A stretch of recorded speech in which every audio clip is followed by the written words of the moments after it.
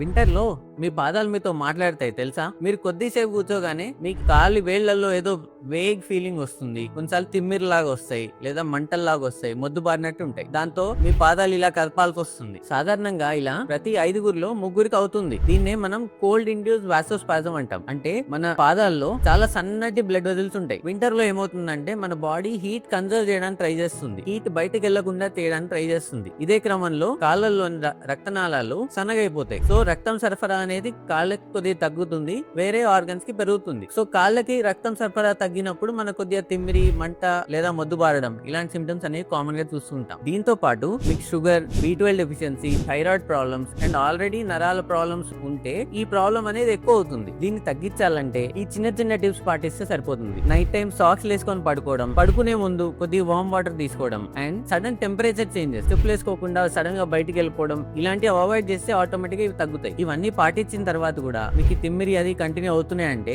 ఇది కేవలం వింటర్ వల్ల కాదు, ఇది మీ నర్వ్ ఇచ్చే వార్నింగ్. సో తరచుగా ఈ తిమ్మిరితో బాధపడే మీ ఫ్రెండ్స్ అండ్ ఫ్యామిలీకి ఈ వీడియో షేర్ చేయండి. Stay healthy, stay Anand.